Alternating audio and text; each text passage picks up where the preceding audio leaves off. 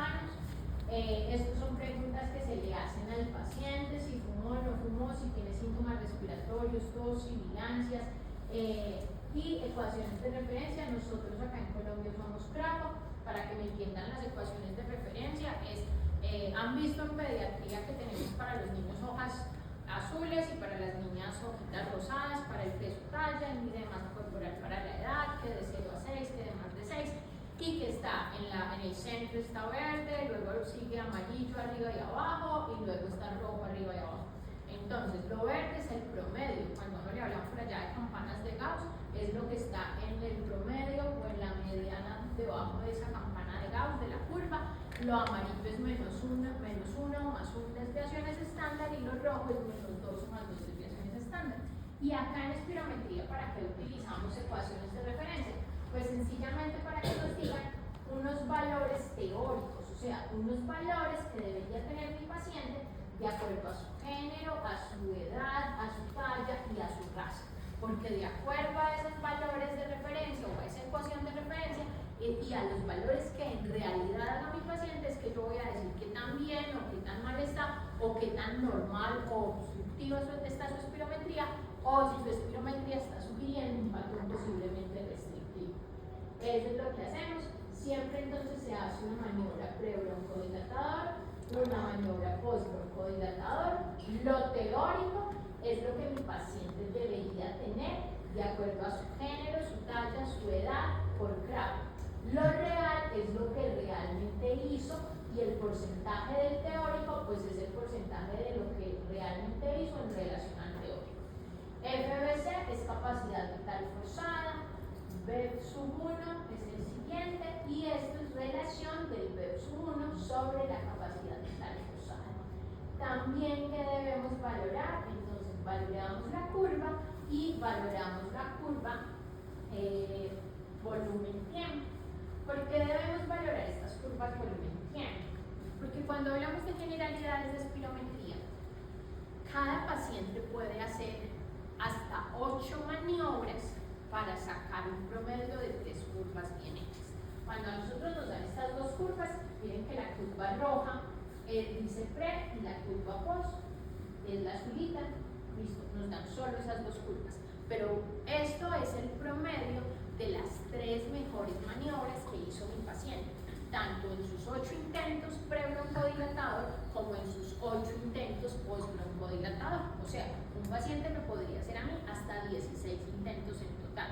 Casi nunca alcanzamos a hacer tantos porque el paciente hace tos, porque la espirometría a veces para algunos pacientes es una prueba difícil de realizar, porque hay algunos pacientes que hacen hiperreactividad asociada al estímulo intenso de la prueba. Entonces, por eso nosotros no hacemos normalmente las 8 pre y las 8 post, sino que apenas mi paciente tiene 3 maniobras aceptables y de buena calidad pre-broncodilatador y 3 maniobras aceptables y de buena calidad repetibles post-broncodilatador, con esas mejores 3 maniobras nos quedamos, y ese es el promedio que ella nos da. ¿Qué es una prueba de buena calidad? Que el paciente no tosa mientras esté haciendo la prueba. Entonces uno le dice, el paciente tiene nariguera y tiene boquilla, y uno le dice al paciente, tome aire, y luego le dice, bótelo, y bote. Entonces cuando uno le dice, tome y bote, y luego, ¿sí? Si el paciente tosió o hizo algo que se llama cierre glótico, y es que impidió o interrumpió el flujo de aire, esos son errores que hacen que la maniobra quede mal hecha o quede interrumpida, y por ende, pues es una espirometría que no tiene criterio de calidad para aceptarse. Muchas veces entonces, ¿qué quedan? Quedan como muescas acá, o quedan rupturas acá, pues se interrumpe, o hay declives acá en el primer segundo cuando se bota el aire. ¿Qué otro criterio también tenemos en cuenta? Que sean maniobras similares en cuanto a ¿qué? En cuanto al flujo de volumen que botó mi paciente. Entonces, por ejemplo, que no sea que en esta maniobra botó 1 litro y en la siguiente maniobra botó 1 litro 800, ¿sí? O sea, una diferencia de más de 800 mililitros entre maniobra y maniobra. Para nosotros, maniobras aceptables es que no haya más de 150 mililitros entre maniobras. Esto se los estoy diciendo, pero normalmente los equipos o los software de los equipos nos dan estas alarmas. Entonces el paciente está soplando o está botando aire y nos sale amarillo, nos sale rojo o nos sale verde. Si nos sale rojo, pues esa maniobra no nos sirve, porque o el paciente hizo cierre glótico o hizo tos temprana, o el paciente sencillamente hubo mucha diferencia, eso se llama volumen extrapolado, o sea, la diferencia de volúmenes entre maniobra y maniobra.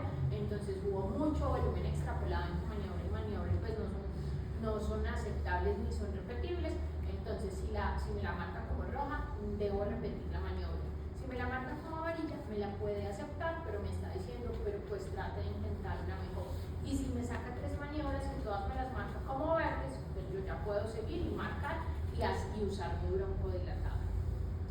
Y algo muy importante es el tiempo expiratorio. El tiempo expiratorio o el tiempo meseta es muy importante que en espirometría en adultos sea de 6 segundos o más, ¿sí? Entonces, ¿ustedes qué es lo que miran en una prueba? Les van a mirar en el teórico y el real la capacidad vital forzada, el VEPS1 y la relación VEPS1 sobre capacidad vital forzada. Miran el promedio de las curvas, miran que no hayan muescas, miran que no hayan rupturas, miran que acá no hayan muescas ni hayan declives, y miran que el tiempo expiratorio sea de por lo menos 6 segundos. Eso es lo que ustedes deben ver general en una espirometría. Ya vamos a hablar de cómo interpretar, pero cuando ustedes vean una maniobra, esos son como lo que deben mirar. Entonces uno muchas veces puede ver muchos datos acá, pero si acá ve que esto llega a 3 o 4 segundos, es una espirometría que técnicamente fue limitada y no cumple criterios de aceptabilidad ni repetibilidad para interpretarse. Entonces a ustedes les puede llegar una espirometría que tengan la lectura espirometría normal, pero si está interrumpida o no cumple el tiempo expiratorio, ténganse la plena confianza de decir espirometría que ni siquiera tienen que poner que no cumple los criterios, espirometría que no tiene tiempo expiratorio de mínimo 6 segundos, no se debe o no se puede interpretar, o técnicamente limitada para su interpretación. ¿Por qué? Porque muchos pacientes se nos quedan con un diagnóstico erróneo, o se nos van con un diagnóstico, o se nos van sin un diagnóstico por una espirometría que no cumple criterios para su adecuada interpretación.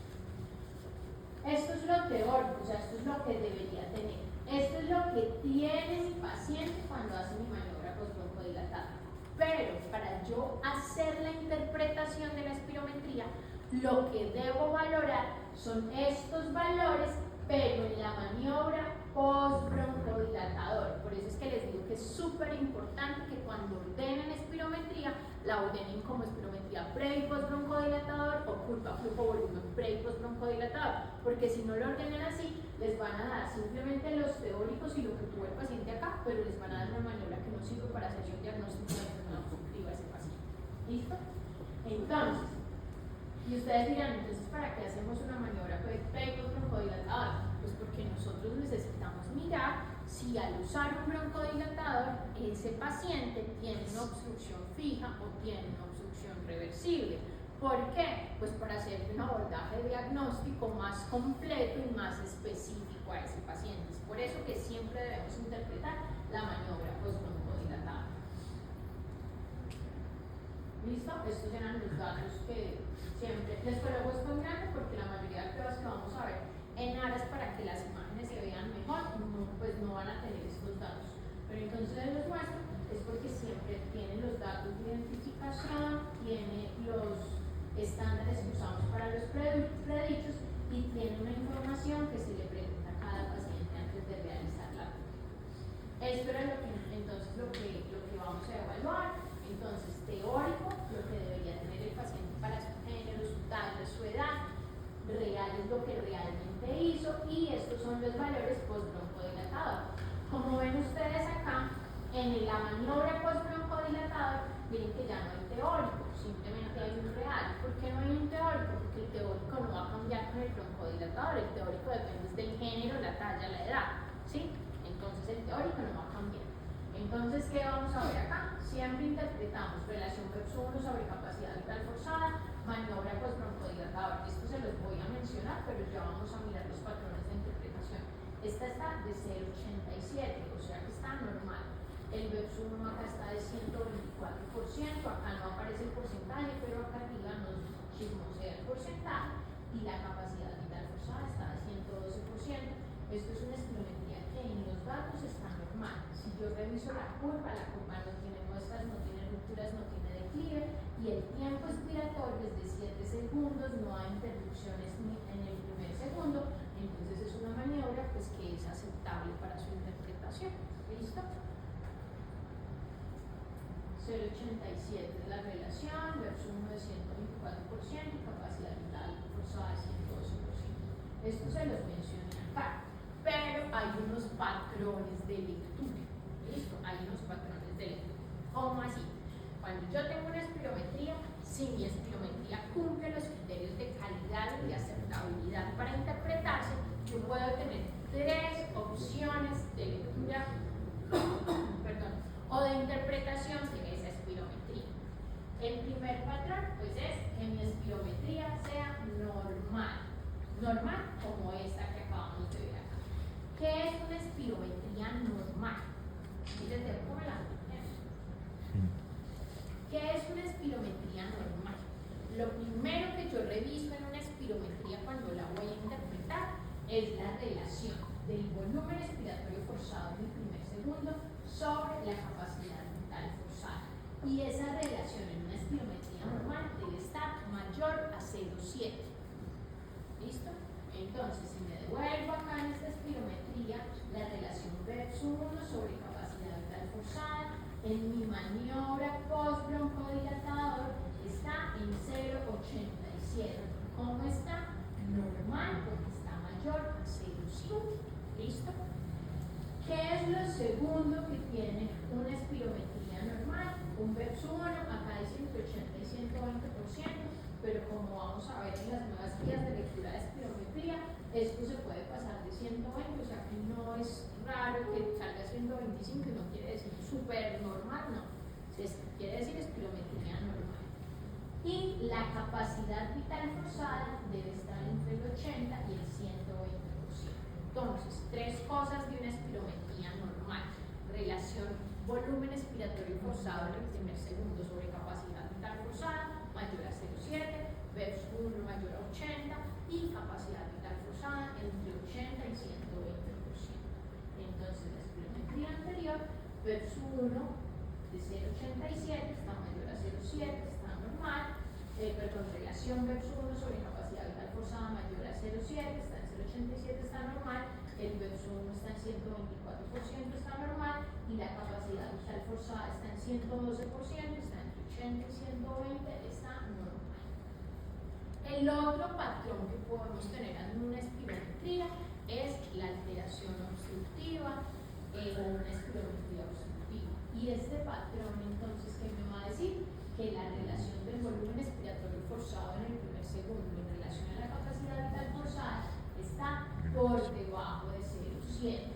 El VEPS1, independiente de cómo me salga, si yo ya tengo una relación por debajo de 0,7, lo único que me va a decir es el grado o la severidad de esa obstrucción. Y la capacidad vital forzada debe estar entre 80 y 120%. Porque si está por debajo del 80, pasamos a este lado. ¿Listo? Entonces yo acá las tengo. Esta es una normal. Entonces repasemos la normal.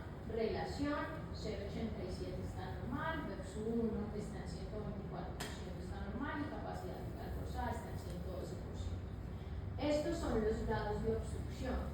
Los grados de obstrucción van leve, moderado, moderadamente severo, severo y muy severo. Esto se los muestro, pero esto no se lo deben memorizar, ¿sí? Sencillamente cuando ustedes hagan o interpreten la maniobra, pues se fijan y se van y se ubican en la gráfica y pues ahí ya le dan el apellido al grado de obstrucción, pero eso uno no se lo debe aprender de memoria. Esto es tomado de las guías, no de las últimas guías de lectura de espirometría, sino de las anteriores. Las últimas guías de 2022 de la APS y de la Sociedad Europea de Lectura de Espirometría hablan de que lo ideal sería hacer la clasificación o la valoración de los grados de obstrucción de acuerdo a los Z-score, para que todos hablemos con el mismo idioma, como cuando le muestran a uno el reporte de la densitometría ósea, que le dicen a partir de cuánto es osteopenia, a partir de cuánto es osteoporosis. Algo así es lo que están proponiendo pero no en todos los países se cuenta con ese software. Entonces, por eso, en los países, por ejemplo, el de nosotros, donde no contamos en todos los centros de realización de espirometría, o los espirómetros de un poco menos costo, todavía siguen sacándonos son valores de porcentaje y no Z-score, por eso les traigo esto más que la lectura de Z-score.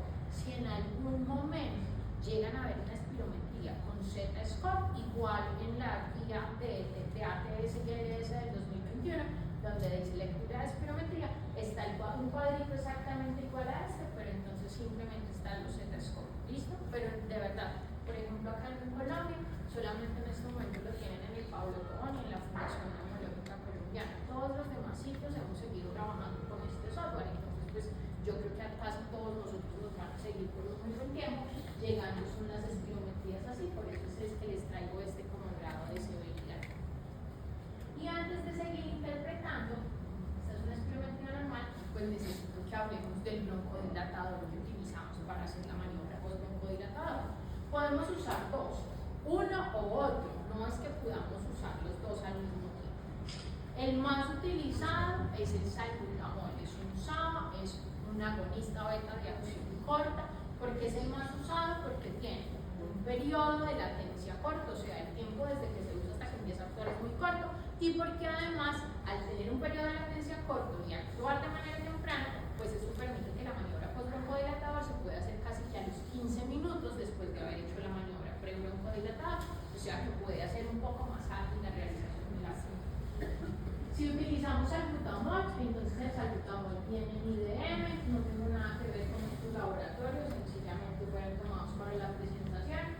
Una inhalación de salbutamol tiene 100 microgramos, la guía dice que para hacer la maniobra post-broncodilatador se deben utilizar 400 microgramos de salbutamol que corresponden a 4 inhalaciones de salbutamol. ¿Listo? Si por el contrario me toca utilizar el bromuro de hipratropio, ¿por qué? Porque de pronto el paciente tenga una taquiarritmia, porque de pronto el paciente le diga a uno que es muy sensible al salbutamol, o hay pacientes que le dicen a uno que son alérgicos al salbutamol. En ese tipo de pacientes usamos bromuro de hipratropio. El bromuro de hipratropio también viene en IDM, una inhalación de bromuro de hipratropio trae 20 microgramos y la guía dice que si se utiliza bromuro de hipratropio para hacer la prueba post-broncodilatador se deben utilizar 160 microgramos. Cada inhalación tiene 20, nosotros utilizamos en total 8 inhalaciones. El bromuro de hipratropio tiene un periodo de latencia un poco más largo, entonces si yo utilizo bromuro de hipratropio como broncodilatador para la espirometría, me toca esperar entre 20 y 30 minutos para realizar la prueba post-broncodilatador. ¿Qué es lo que yo evalúo en la prueba post-broncodilatador? Dos cosas, que cambien o en el VEP-1 o en la capacidad vital forzada el porcentaje entre mi maniobra pre y mi maniobra post más del 12% y en el valor absoluto entre mi maniobra pre y mi maniobra post más de 200 mililitros. O sea, debe aplicarse, por ejemplo acá, este paciente tiene una espirometría normal, relación mayor a 0,7 está en 0,87, VEP-1 de 124% y capacidad vital forzada de 112%, está entre 80 y 120, está normal. En mi maniobra pre, vamos a hablar en la maniobra que realmente hizo en cuanto a su capacidad vital forzada. Hizo 3.50 litros en la maniobra pre y en la maniobra post hizo 3.70 litros, solo cambió 20 mililitros. ¿Listo? O sea, por mililitros no tuvo respuesta al broncodilatador. Y en el porcentaje, en su maniobra pre tuvo 111% y en su maniobra post tuvo 112%, solo cambió un 1%, por tanto tampoco tiene respuesta al broncodilatador en la capacidad vital forzada. Ahora evaluémoslo en el VEP-1. En su maniobra pre tiene 2.620 mililitros y en la post 2.670 mililitros, o sea que el cambio ahí solo fueron de 50 mililitros, no cumple el criterio, y acá tuvo 122% y acá 124, solo cambió 2%. No cumple el criterio de cambio con la prueba post-broncodilatador. Repasemos, entonces, para que una espirometría tenga una respuesta respuesta al uso del broncodilatador inhalado debe tener dos criterios que se cumplan: o que en el verso 1 haya más del 12% de respuesta de cambio y 200 mililitros, o en la capacidad vital forzada más del 12% de cambio y 200 mililitros. No es que cambien los mililitros en el verso 1 y el porcentaje en la capacidad vital forzada, no. Deben ser los dos criterios en cualquiera de los dos ítems. ¿Listo? Repasemos entonces la espirometría normal. Una espirometría normal debe tener la relación mayor a 0,7, el verso 1 mayor a 80 y la capacidad vital forzada mayor a 80. La relación en la maniobra postbroncodilatador está en 0,87, está mayor a 0,7, el verso 1 en 124 está mayor a 80 y la capacidad vital forzada está en 112%, está mayor a 80. ¿Listos? Ahora en una espirometría con una alteración obstructiva. En una espirometría con alteración obstructiva, esto de acá abajo es lo normal, o sea, lo que debería tener una espirometría normal. En una espirometría con alteración obstructiva, en la maniobra postbroncodilatadora, la relación está en 0,39, está por debajo de 0,7, por lo tanto es obstructiva. El verso 1 está en 60%. Recuerden, el valor que me salga, lo único que me va a decir es el grado o severidad de esa obstrucción.